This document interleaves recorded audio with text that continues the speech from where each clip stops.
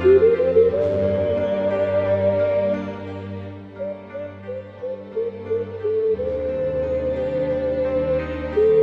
ីសៃមកទៀតហើយគោលន់ក្រឹកក្រែងដោយសំលេងគេគូឆ្នាំងភ្នែកបន្តនៅលើមេឃដែលខានឃើញជាច្រើនឆ្នាំគោលន់អត់មានភ្លៀងតែពោពេញទៅដោយផ្សែងព្រៀបហោះព្រុងពេកស្រក់ទឹកភ្នែកនៅលើស្លែងពិភពលោកមិនតូចទេហេតុអ្វីចិត្តចង់អៀបគ្រប់ព្រះតែមួយទេហេតុអីត្រូវមានស្ងៀមឲ្យខ្ញុំទ្រាំដល់ណាទៀតមិនចង់ឲ្យដៃក្រហមឡើយចាស់ទុំទុនភ្លុនតែមិនរៀថយឡើយក៏ពាត់ដៃឈោសញ្ជិននៅលើកំពូលភ្នំរឿងនេះមិនតូចតាចដូចទឹកនៅក្នុងធុងវាមិនងាយដូចអ្នកគិតវាមិនចិត្តដូចអ្នកស្ទង់ស្ដាប់បញ្ជាតាមព្រះអញខ្ញុំជឿជាក់លើទ្រង់លោកដៃចូលសំបុកឃុំរឿងអីថាមិនឃុំតិចលបាយប្រមាណដៃចុងក្រោយនេះអ្នកចាញ់មិនចេះតិចរូបភាពដែលដាំដិតខ្ញុំខ្លាចអីនឹងជួបវិញព្រះច័ន្ទរះមួយចំណិតគង់មានថ្ងៃនឹងមូលពេញហើយប្រមាណឆ្នាំចុងក្រោយនេះឆ្លងកាត់ច្រើនដែរឡើយបើថ្មើរជើងមិនដល់កុំសង្ឃឹមហោះដល់ឡើយនំរៃយងប្រម៉ោចកាច់ការឈូកជាអំណោយមើលឃើញមិនខ្ពស់តែមិនដឹងខ្ពស់ណាឡើយមិនជួយសន្សំសុខកុំក្រឡុកទឹកក្នុងឃ្លោក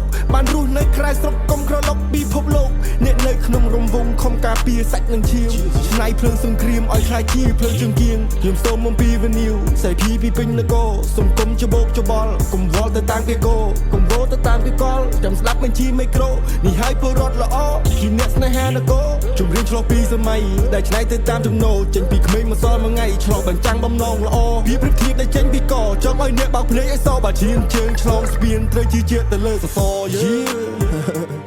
នេះគឺជាអត្ថបទមួយដែលបង្កប់នៅក្នុងសិល្បៈ rap ដើម្បីរងាប់ភ្លើងក្នុងចិត្តកុំឲ្យវាពុះកញ្ជ្រោលខ្លាំងពេកអ្នកយល់នៃធៀបលេងទុនធៀបឆាប់ថ្មីគ្មានជួយទឹកភ្នែកឈប់ជុំយេករួមគ្នាជារឹសមួយបោះត្រួយលឿនជាងមេឃចាំងចេះរស្មីលើកទឹកចិត្តចុងគ្រប់ភេទព្រោះសំណេរអំស៊ីស័យស្មើកងតប100000នាក់ដែលធ្លាក់មកពីលើមេឃ